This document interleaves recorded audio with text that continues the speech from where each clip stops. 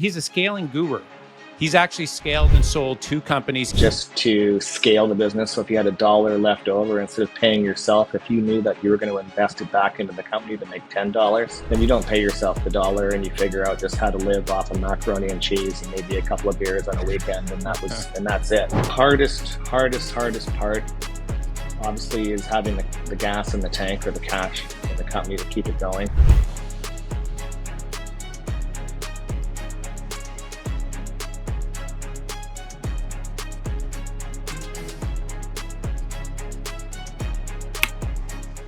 Welcome to the Mark Ferris Experience. We have Chris Adams. He is the founder of Adams Hamilton. He has an incredible track record. His background is he's a scaling guru. He's actually scaled and sold 2 companies. He's built these companies up back a number of years ago. He scaled it to 50 team members and then ended up selling it. And then he did it again and has a wealth of knowledge. Not only is he a business builder guru, he's actually built a phenomenal Ignite, which we want to talk about, which is it's a once a year get together gathering that is an amazing event. We're going to talk a little bit about that and how he's building entrepreneurs up, and then how he's giving back and going full cycle and building an amazing community. Chris, welcome to the call here.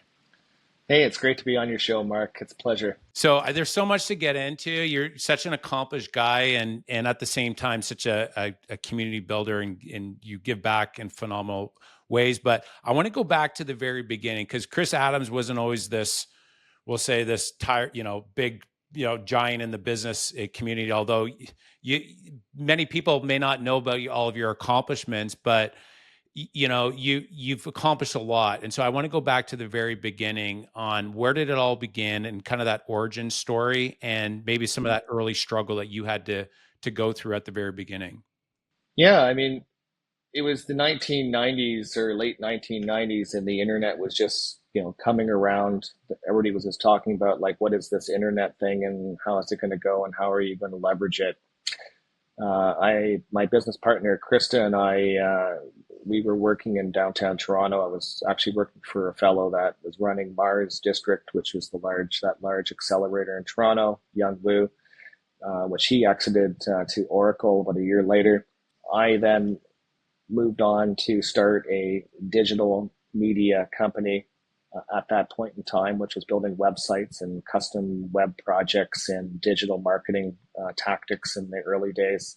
The dot-com crash came along, and we realized that, like, staying in Toronto with a lack of capital was probably not the best maneuver. So we looked around for tier 2 cities around the GTA at that point in time and chose Barrie. One of the reasons being it had a lake and had a better access to skiing, and you could be in Muskoka in an hour versus being on the 400 highway. And even in the year 2000, that was sort of a consideration. In the modern world of 2024, it's even more of a consideration.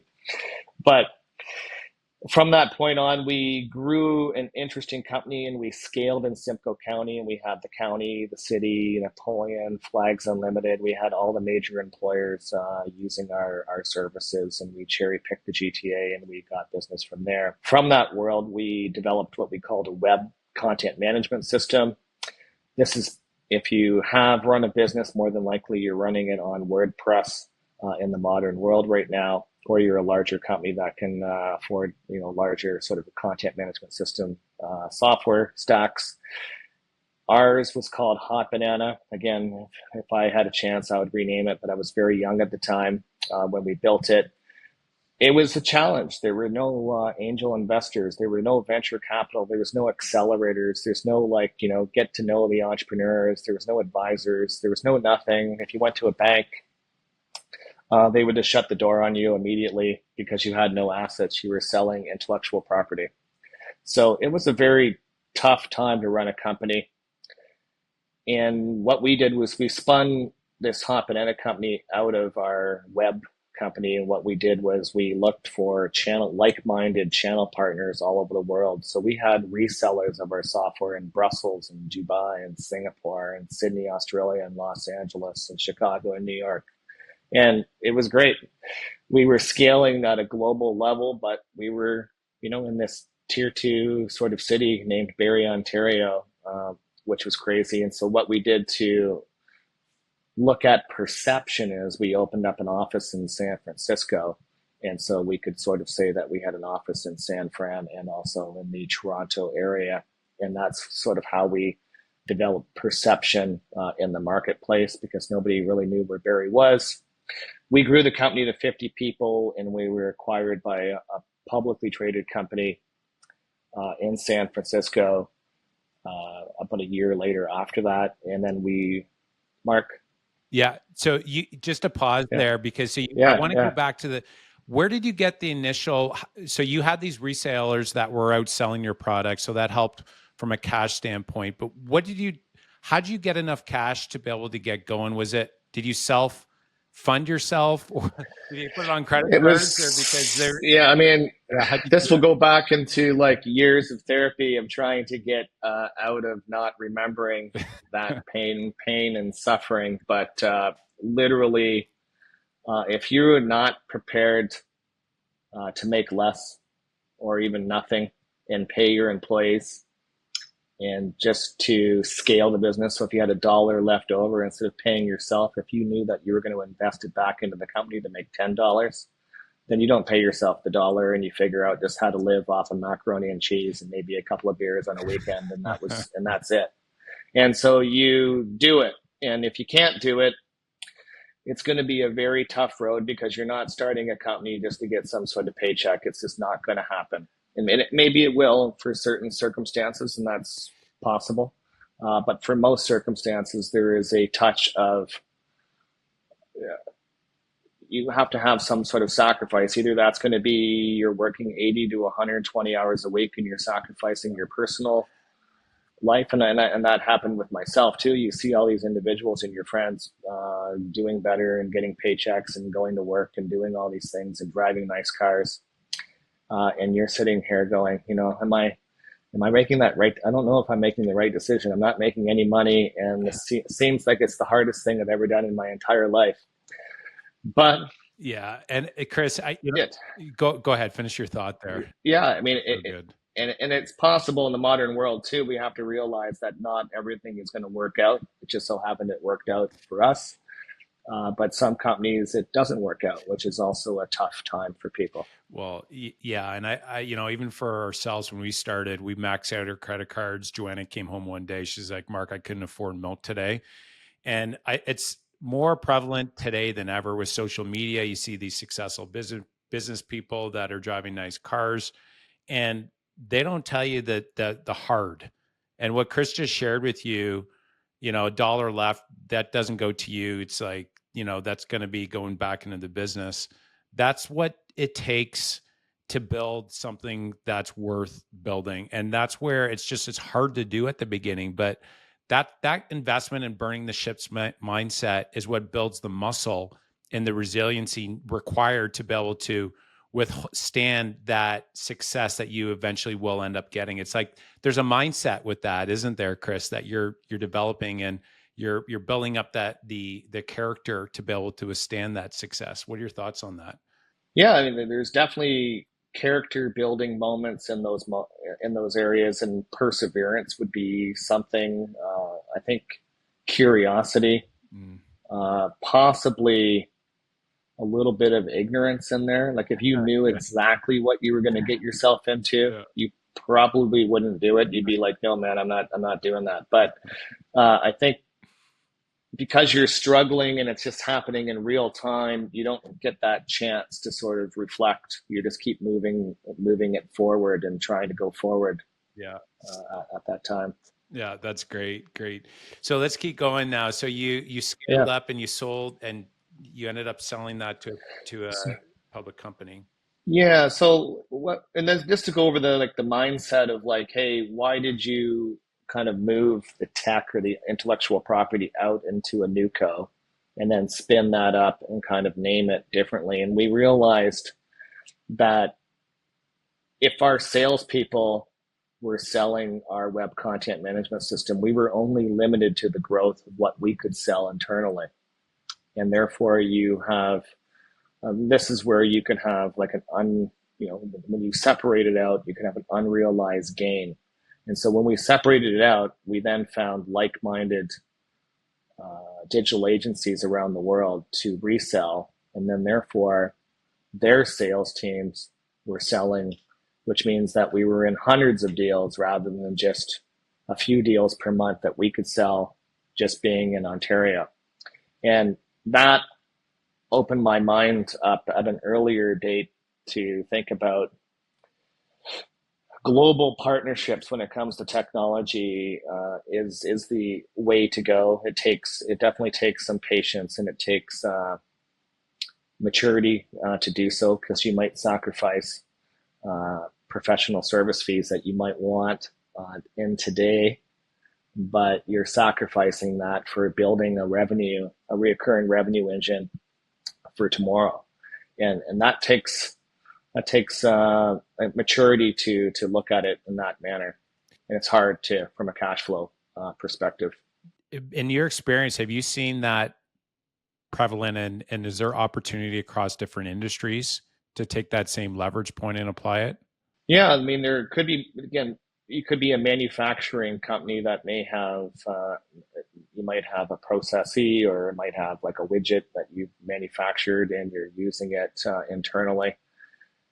Imagine all of your competitors wanting to use that same technology around the world. What would happen if you actually thought to yourself, if I actually move that out and created a startup, I would probably buy that and use it in my company, but wouldn't hundreds of other manufacturers want to do the exact same thing? And could I make more money in theory selling that widget than actually selling the services that I'm doing for custom manufacturing that I keep doing each month or each year? So there probably are a lot of individuals in Ontario, if not North America, who are listening to your podcast, Mark, and that probably need to just, again, think about what could be these unrealized opportunities to build shareholder value, and go for it. What a great question. Is there anything I can build that maybe, if it's done really well, my competitors would want to use? And is that the true business? Right? That's a very good question to ask yourself, and to be thinking bigger rather than just your own business. There's other people, entrepreneurs out there, that they want to make money too. And if you built something really well, then they may want to use it. I think that's a fantastic question. That's great. It can happen in professional services too, Mark. Like, for example, like, in real estate or other sort of, again, legal or accounting, maybe, a technology stack or a certain process that you put together with a number of tech, marketing technology, and then somehow you can scale that to create really a new age franchise in the modern world with technology. Chris, what I've identified through the years is that generally the best leaders, business leaders, are the ones that ask the best questions. And so that question is a fantastic one for any business leader out there to ask themselves and ask their leadership team, rather than just, trying to just be the answer guy or gal. It's like, no, this is a really great question. And, generally you get great questions by speaking with other successful entrepreneurs as well. Just like, or listening to a podcast like this. So fantastic. And it's not just in one industry. That's easy to think, oh, that just applies to, the software development technology. It's like, no, this can apply to services, right? This can apply to any industry across the board. Just, you got to be creative with it. So you sell your first company, it sell to a private or a public company, which is phenomenal success. So what made you say, okay, I'm going to go do this again? Because generally it's like, it's easy. Okay, I'm going to kick up, I'm going to go to the beach. And, did you go through that period or was it just instantly, I'm going to jump on my next company? Well, I mean, the framework of most sort of acquisition deals is that one just doesn't get free and clear, but you typically have to work like a couple of years of management So during that transition, there might be some caveats to sort of get you through to the full acquisition after a couple of years. And so we worked hand in hand with the individuals in San Francisco, obviously to make it successful. One of the other larger kind of concerns that my business partner and I had too were, would this be really great for our employees? Would they have better career opportunities? And I'm really happy. Like now that I reflect back on it now, from about that acquisition was probably what 2007, so that was 15, 17 years ago, and I look in LinkedIn. Everybody has like phenomenal jobs. Everybody that we work with are doing some really killer things in the content management or marketing and technology space, and I'm very proud of giving those individuals almost their first opportunities. And when I see them at trade shows or see them wherever, they always thank me, which is wonderful for that initial opportunity. And the same thing with G Shift, which you're asking about. What made you start another company? Probably because I was dumb, and I maybe we could do it again. And it was the same business partner. We said, hey, there's this changing landscape happening. So we were like in this mindset of websites and everything, and then all of a sudden, 2006, 2007, there was rumblings of Facebook and Twitter and LinkedIn and YouTube and blogs and press releases and things that were occurring or could be occurring about your brand, but not on your website. So we were sort of predicting maybe the website would be the closing zone in a football game, like the touchdown zone, but the running play on how someone would be engaging your brand might be on the field. And so how do you keep track of the game and get people to the closing zone on your website? So that would be, how are you doing? And so in the modern world in 2024, if you're not doing Instagram and TikTok and YouTube and this podcast here, these are things that you're doing from a strategic standpoint to get people to, in alternative ways, to get them to come to the website, to get to know who you are, which I think, and I love that you're doing these things from your team on the Mark Ferris team perspective. We developed we did a patent around that time. We built out the platform. We decided to not even do professional services. We went direct to the channel. So we built G Shift to be enabled to be an agency perfect solution that you could white label or sell. And so if you had like 100 clients as a digital agency, you could easily use our package to track everything. And then you wouldn't have to bill the client to go and copy and paste or find all of this data. It just automatically did it for you. And not only that, it gave you actionable insights. It tracked, what was it, quarter over quarter or year over year or month over month, and what were these insights happening. So and if we were still owning that technology stack, we would have had AI in it right now, and it would start to automate and make suggestions on what you should be doing in Twitter or LinkedIn to get more views or more followers. Were there any key lessons that you learned in your second company, maybe that you didn't quite learn in your first, or was there like a lesson as you're scaling up your second? Because you would have learned a lot on your first, scaling it up to 50 plus team members, and then you did it again. So the second business, were there any key lessons that you learned that you would maybe do a little bit different, or in your third, in like that next one that you would have implemented? The hard part about this stuff is what I'm fundamentally realizing now. It's really good or possibly easy to think of intellectual property to potentially build out a tech stack, find the developers and scale it and do the marketing and the branding. The hardest part, obviously, is having the gas in the tank or the cash in the company to keep it going. And also what I'm realizing now is revenue, operations, and scaling a sales team. In Canada, we are a little weak. We score a little weaker in that compared to, let's say, teams in the United States. They just have an innate ability to understand how to sell better.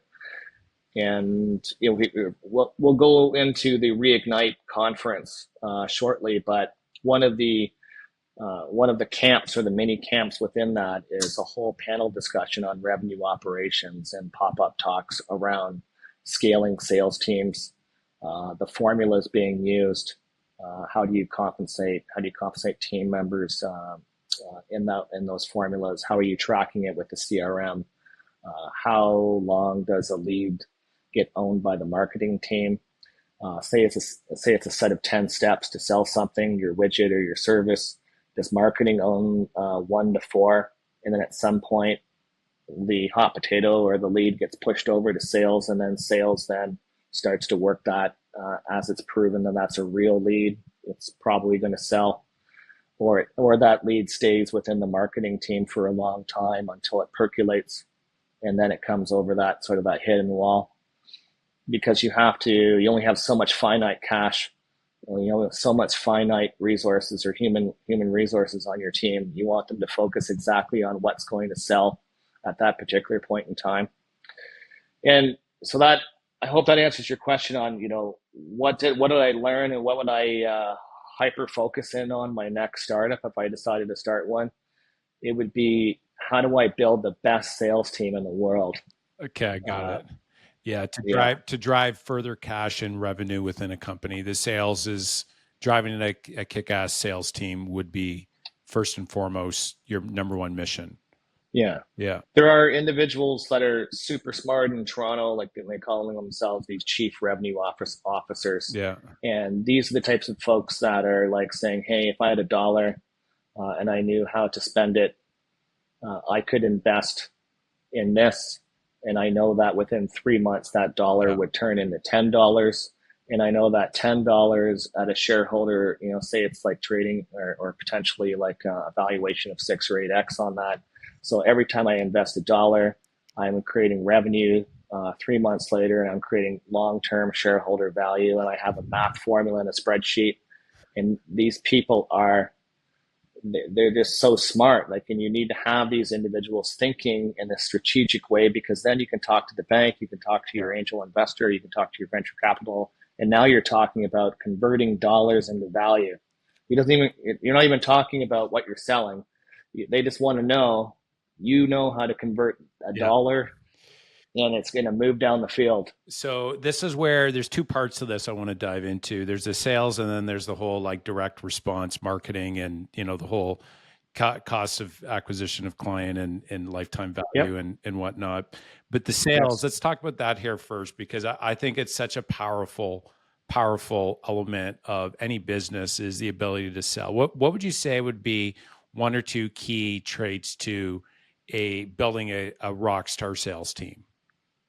Finding the right person to initially. You're not going to find the leader on day one.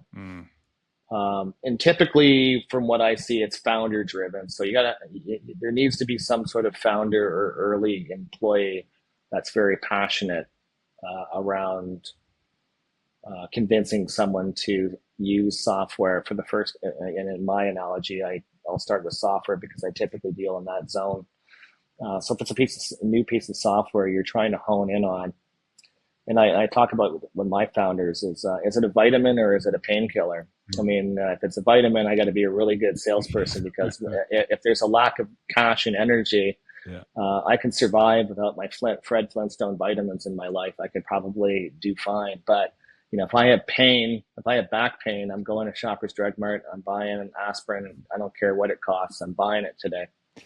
So if your software deals with some pain, which I hope, then it's really good to sort of dig into that pain when you're on your call. And hopefully that individual is really good at identifying that, and then identifying the maturity of the client or the potential or customer, I would say, that they're selling to. And does that create a pattern? And is there multiple patterns? So once you start, and then there multiple patterns that say no. So again, this is really cool too. I love the word no, especially a hard no, because then you say, I thank you for saying no to me. I really appreciate it. Can you tell me a little bit more about why? You're already using this piece of software and you feel like that piece of software is doing what we're kind of doing. Perfect. I'm putting that into my CRM. the next phone call that I make and someone says I'm using that software, you say, you know what? I know that you're going to tell me no, and that's totally fine. And it's really nice to meet you. And I don't want to waste your time. You don't want to waste my time. But this is what we do. Can I put you in our marketing CRM? Our product's going to get even better over time. I'd love for you to listen to us and our story. And then maybe one day you will buy from me, but not today. And the person might say, well, how do you know that? And I'll say, well, you use this and you use this and you use this. And they're like, yeah, you're right. So you can really have a great conversation still, even if the person's saying no, and not feel anxious over it. Learn from it. Try to identify that pattern. Put it into the CRM to sort of say these aren't the people that are going to buy, and then what is the DNA of the individual that's going to buy at that point in time. And then again, like everything in life, how do you build a B2B marketing system to deploy content to uncover the people that are going to buy and only hyper focus on them. So it's interesting. And then there's another pattern to that too, which would be, I call it the remora strategy, which is when you're a smaller software company, if you think of those fish that swim underneath the shark eats the food, and then the droppings of all the food kind of fall out of the mouth, and then those fish basically feed on whatever the shark's been eating. So in theory, if you're a small tech company with a lack of resources, you want to swim with a shark. You don't want to be a shark because you can't afford to be a shark. You don't have the money to be a shark. So you partner with a larger tech firm and you try to be an add-on or an addition or an added value to that larger offering that the shark doesn't have. Yeah. Okay. And so I think that's the best move that a small tech firm could do, is look for that technology relationship and have the maturity to do that, because then you'll get noticed. And then you'll know whenever someone buys that other person's software, they might want you as an add-on. And if your relationship even gets to that level, imagine a strategic partnership with Microsoft or Salesforce. Yeah, it's huge. Right? Yeah. Chris, you just hit on so many. I just want to do a quick recap because there's so much good. There are so many key nuggets. I just want to highlight a few of them that I found are like really powerful. So building any sort of sales organization, first and foremost, the leader. You mentioned the leader. You may not find day one, but that leader I found as a sales organization is the number one thing that will be a reflection of your sales. Your sales team will be a reflection of the leader. And in general, you had mentioned at the beginning, generally needs to be an owner-driven person, somebody that is like convinced that they have a great product and they're boots on the ground. Generally, it's the owner at the beginning. But when it gets to a certain scale, what I found is that you need to delegate, although it's a strength, you need to delegate somebody that is a rock star. It can't be a weak sales leader because the sales team will reflect, it'll be a mirror of that leader. So waiting for the right person to come along for that is key. And then you had mentioned that identifying the pain. This is one of the things, Chris, that I find out there with most salespeople is they try to sell a problem. They try and solve a problem, but the client or customer doesn't actually think they have a problem. So they can't sell anything. And so one of the best things is to be able to highlight a potential problem and say, it sounds like this is your problem. And you had said when they come back, yeah, that's right. You want them to say, yeah, that's right, to acknowledge that they do have a problem before you start selling them. And that's one of the biggest things that I've seen with most salespeople. They'll just jump right in. Oh, here's why we're best. But they didn't do the discovery at the beginning to identify if they have a problem or not. Like don't sell if you hadn't identified a problem. And if they haven't acknowledged they had a problem, you can't sell them anything. So why are you starting to sell? Like identify the problem first. And so you had mentioned that identifying the pain there, right? Yes. And developing a relationship too. Yeah. Like depending on what you're selling. I mean, if you're selling something for $49.95 or whatever it is, like, yeah, you might not need to have too much of a phone call or a relationship. But if you're going to be selling something and hopefully knowing this individual for years to come, and you're trying to help them build their business. You're selling something to help scale their business and help them. You're going to want to be friends with that individual because Yeah. hopefully you're going to grow your account over time as well too. Well, yes, 100% the relationship. And I think that's definitely true. If you're selling a little widget, you had said $50, that's maybe not as deep, but if you're, you're selling a house, like you need to have a really deep discovery and rapport building for 100%. But there's one last thing that I want to hit on that was really genius about what you said. You said you hit the objection, you found out what potential objections were, and when you're speaking with a potential customer, you would be able to highlight, here's why this won't be a good fit. You hit the objection before, and it made them feel like they want you even more, first and foremost. But then you built in a lot of credibility with them. You're not trying to sell them something that they don't need.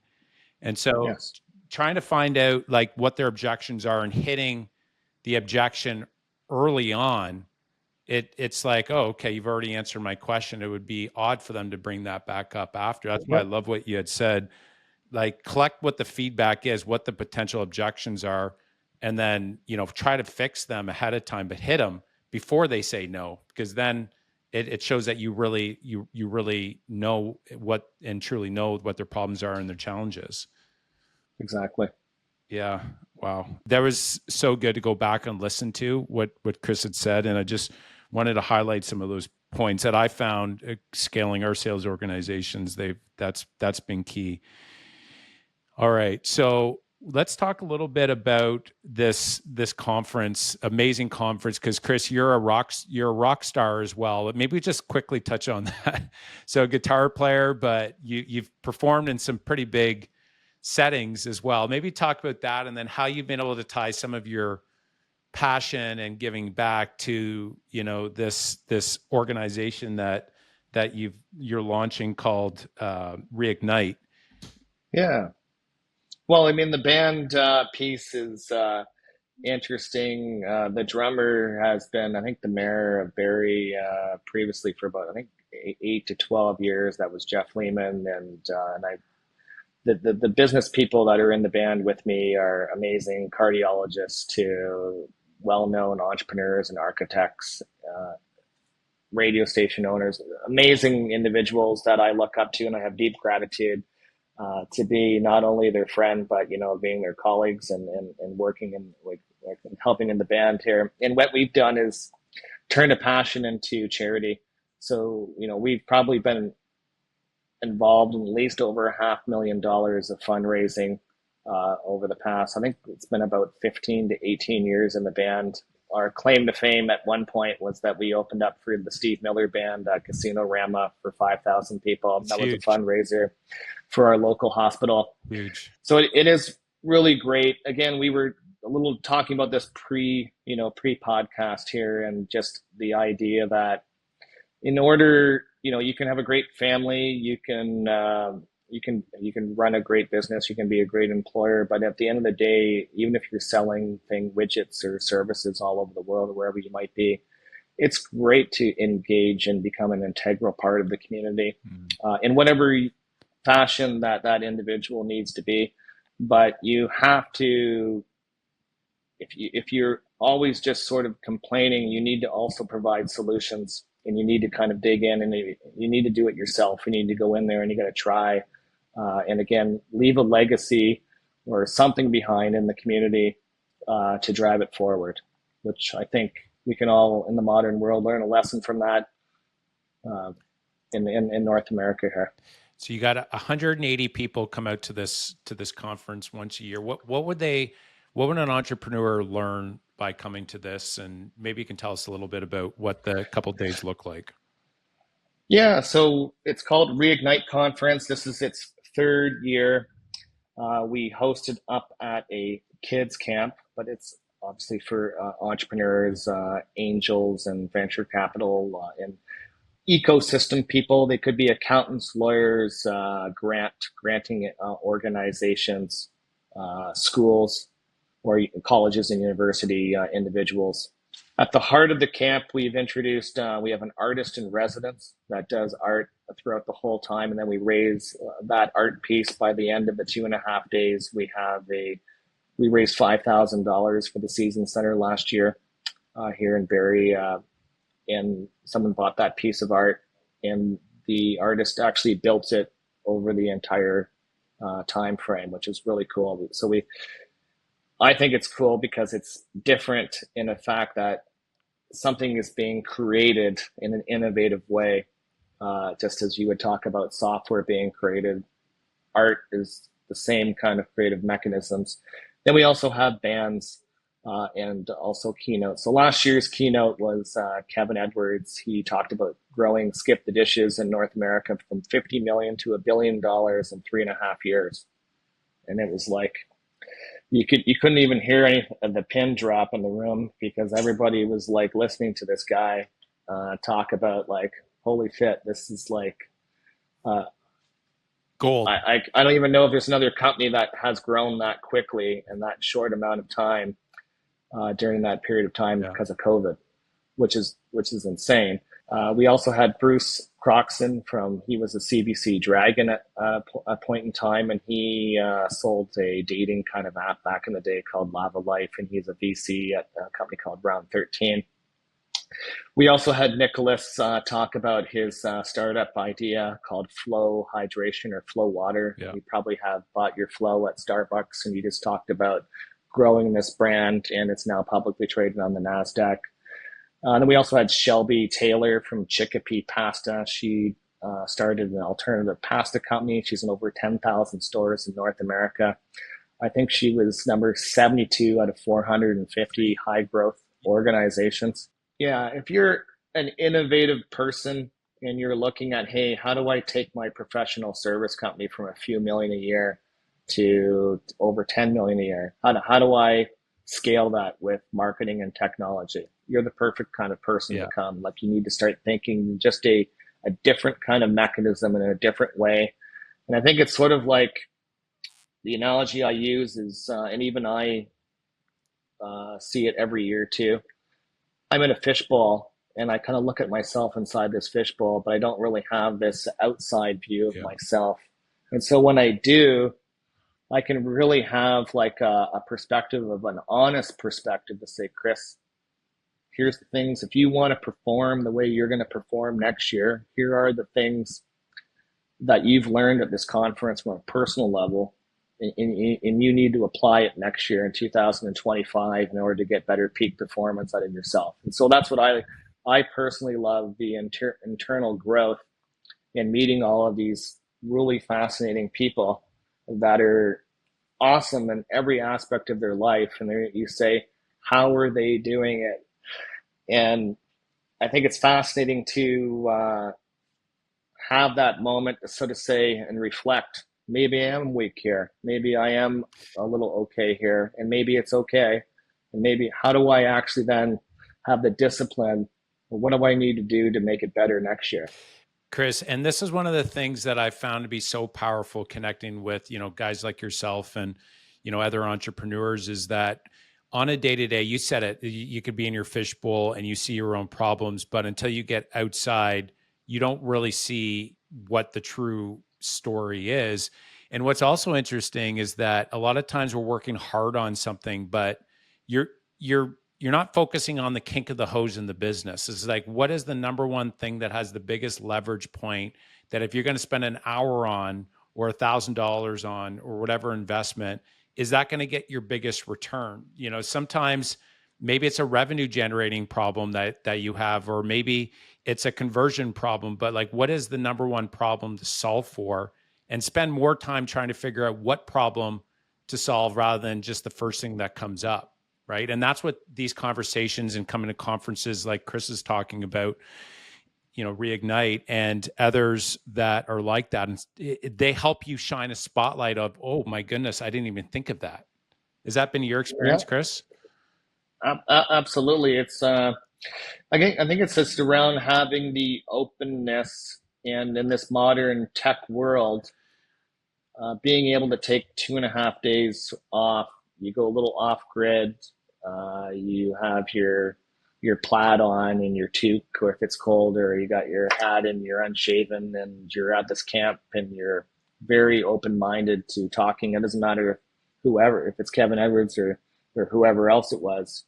Who are you? You're really open to meeting them. You're developing a new conduit, new ecosystem with individuals from all over Ontario, and if not globally now. Okay, so a few more questions before we wrap up here. What do you think makes a great leader? It's a that is a that probably like a question that we could talk about, and probably analyze for a Yeah. whole hour. I think a great leader, first of all, needs to adapt. And so what I'm saying is that your leadership might not be the same on day one as it is, let's say, 5 years from now in your journey. And you can't be that same person either. There's no way that you're going to maintain to be in what in a startup. You're changing fast. You're changing very rapidly. You have to adapt. You're not just selling a service or a widget that you're selling and finding the right team members. You're motivating these individuals. Mm, They're looking to you for the character traits. You have to be, it's like raising a family. You have to be that person that they're looking up to and getting them to be successful themselves. And hopefully, if you do a great job and all of that, they will be the ones coming to you and saying, we're not doing things the right way, Chris. Like we should be doing it in this way. And you're like, oh my God, yeah, you're totally right. How about you own that?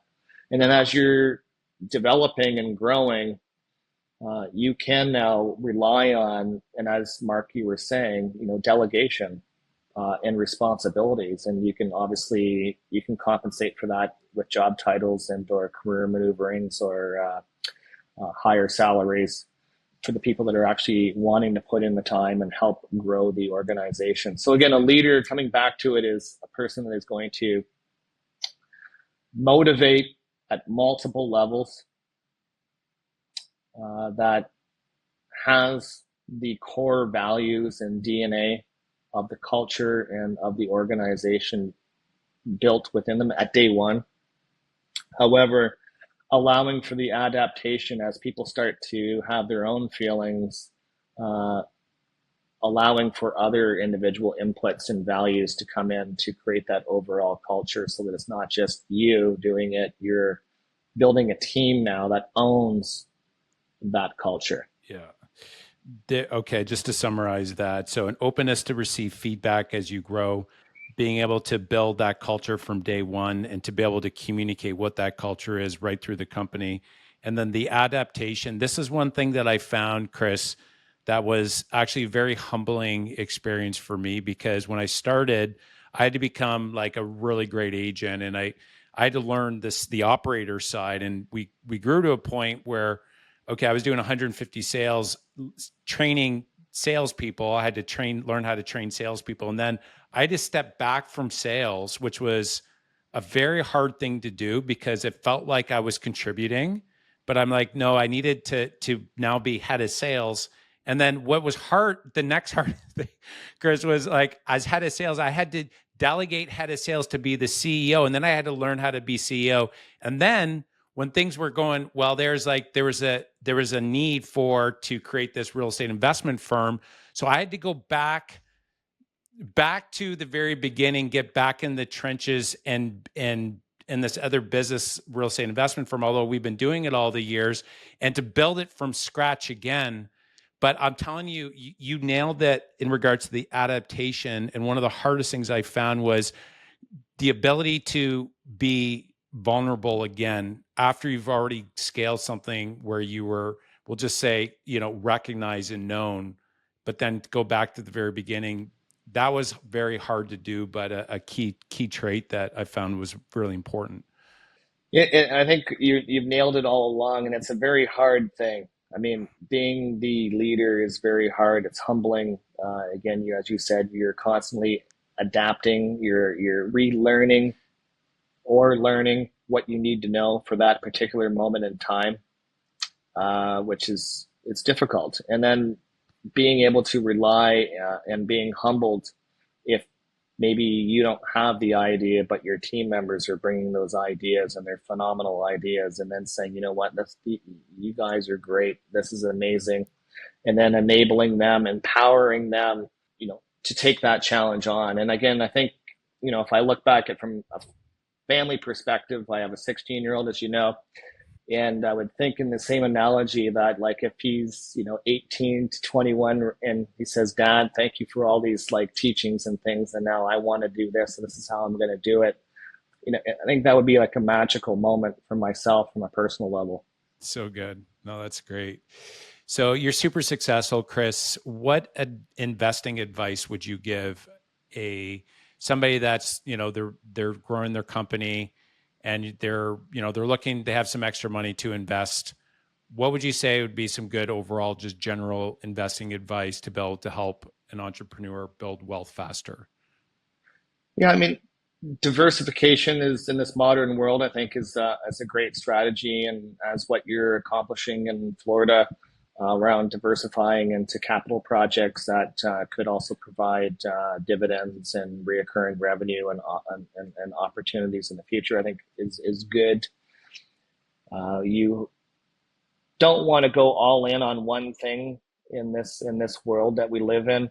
If we're looking at this from a Canadian standpoint, right now our Canadian dollar is looking a little bit weak compared to the U.S. economy. And I believe we might see it slide more into the 60 centile. So if you were thinking of in the near future, maybe moving some Canadian currency into US currency, might be a good thing in the short term. Technology is not going to go away. Just remember that in 1999, when Bill Gates was saying, "Hey, Windows 95 is here," or whatever, and Windows 2000, and you're saying, "Oh my God, should I invest in Microsoft? Like, how many computers is he really going to sell?" Um, it's a pretty moot question. If you invested in 2000 in Microsoft to today, it would have been an incredible ride for yourself. So if you're thinking in the same way, what would be, you know, 3 to 5 things that are going to be needed in 20 years from now? Like, what is it that's happening in this world? Try to look at that maybe from not looking at from a day-to-day perspective that some stock went up $1 or went down $1, but in reality, trying to look at it from a perspective of like, what would be the leaders of tomorrow? What are they doing? And potentially invest a little bit into that. There's all kinds of, craziness happening around cryptocurrencies. But you have some political individuals that are saying that crypto will be around, and you may want to. Again, these are not like go all in ideas, but maybe if you have 1 to 3% of your net worth or whatever, maybe you want to look at like putting some money into some crypto. Um, those are probably again diversification is number one in that area.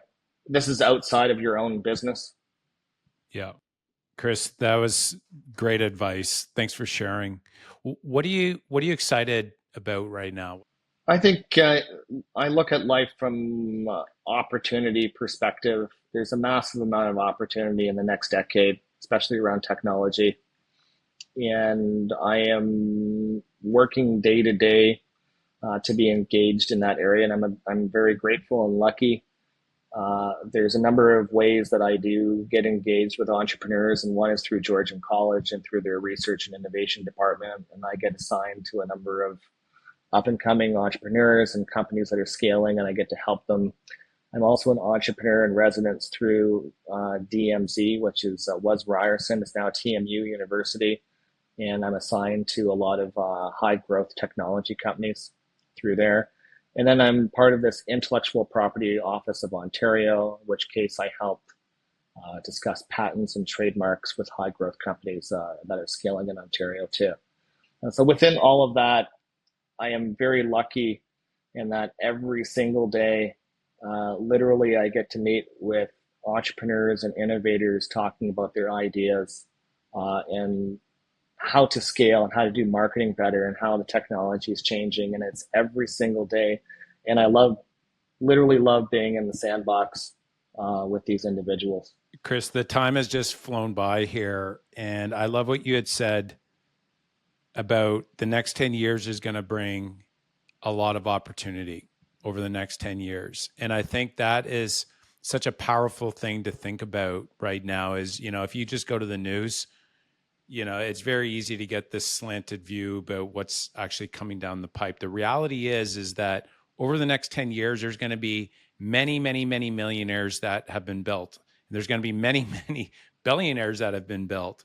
And so there is an opportunity. I think many times we can look at, and reflect and say, oh, I wish I would have done this.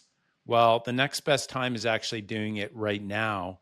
I just want to encourage everybody, and to build on Chris's encouragement, the next 10 years is going to be amazing. Find what it is that you want to do and double down, because there's a lot of good coming. Would you agree, Chris? Absolutely. Yeah. Absolutely. Yeah. All right. Well, Chris, I could go on for hours, because there was like most of my questions I didn't even get to, and the time just flies by. But I want to respect your time. So, are you ready for the rapid fire part of the conversation? Sounds good. All right. So I'm a huge reader. So I'm curious, which book has had the biggest impact on your business or overall wealth creation? Actually, I have it right here. So I've got this one from Peter Thiel, 0 to 1, and basically, how to build notes on startups and how to build the future. Um, Fantastic book, and it's my second time reading it. And I think that if you like a good book, it's possible that only a small amount of it will be brought into your brain. But there is a potential that if you reread it at a different time, a year or two from now, it might impact you or affect you again differently. And so, if you have written a book, I urge you to go back to the ones that you like, reread it, and it's quite possible that you'll unlock even more gems within that writing. I totally agree. What's helped me to build on that, because that's such a great suggestion, and the greats really need to be read and reread, is I'll actually buy the Audible version and I'll listen to it while I read it, and then I'll underline the key notes with a pen. So I'm more of a kinetic learner, but I found that actually even kind of levels up the amount of retainment that I'm able to have. But that's a great suggestion, Yes. Chris. And blogs, I mean, I think Mark, I think you're combining your podcast with some blogs. But like when I hear these things too, I write it down, and then I write down the abstracts, and I write down the points, and I do my own research. And then on my own website at adamshamilton.ca, I have probably 95% coverage on. I wrote an agreement with myself in 2017 to put out one blog per month. And I would say that I'm about 95% good at keeping that pace. And so my whole website are just blogs on my journey over the past years. And I hope that, people just learn from them as I experience them. That is great. So you're able to take a key message, boil it down, distill it down, then add your experience to that as well, and then you post it on your blog. That's Yeah. yeah.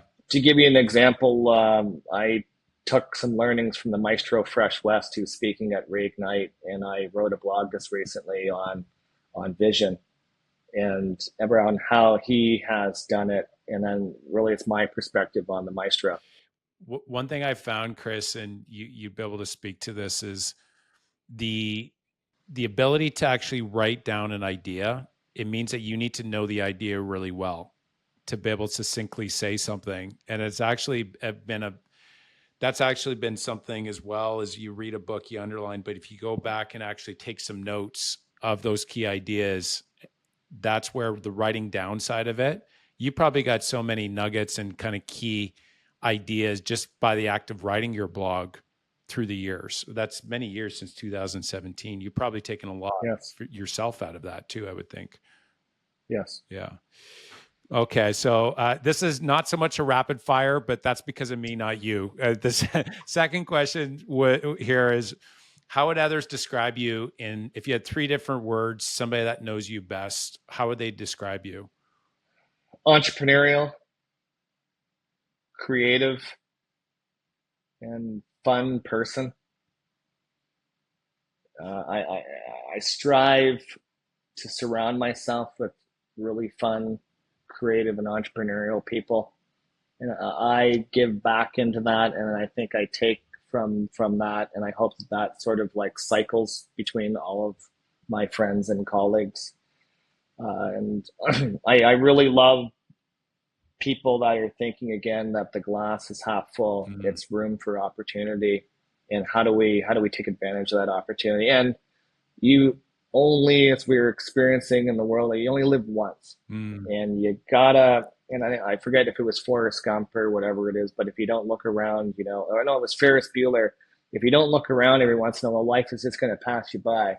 So, like, if you can't work hard, you need to also play hard with your family and your friends and enjoy this ride that we're on together. So good. Entrepreneurial, creative, and fun. And you only live once. And that's been my experience of you as well, Chris, that, known you through the years, that's definitely be true of yourself. And I would think that in your businesses and the people, that's what they would love about you. And you'd be able to build cultures around that, which would be such a great work environment. I could imagine your culture building ability would be strong. Yeah. Last question here, and then we'll wrap up. Any last advice that you'd give your younger self? If you were to give any advice, what would it be? It's a great question. I think more discipline.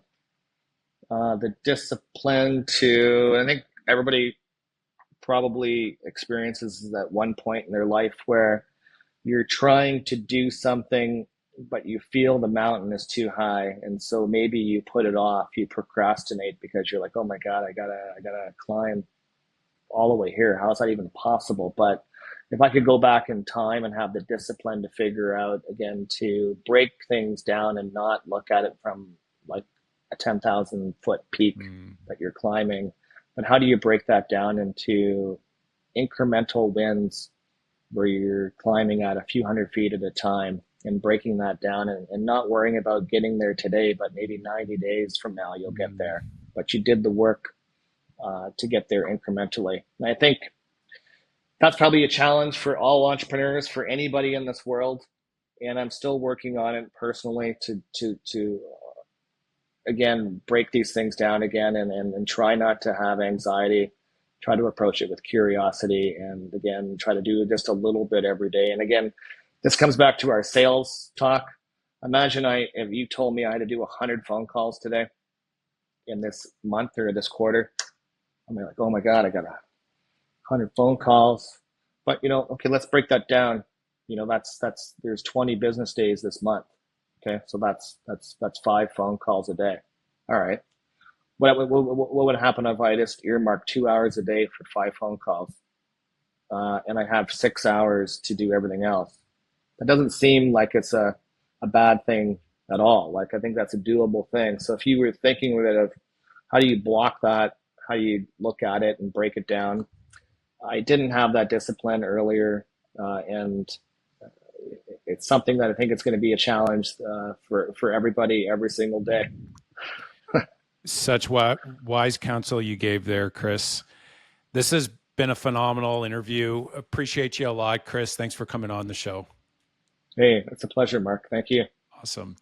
Okay, guys, thanks for tuning in to the Mark Ferris Experience. Until next time, hope you guys have a great day. We'll talk to you soon.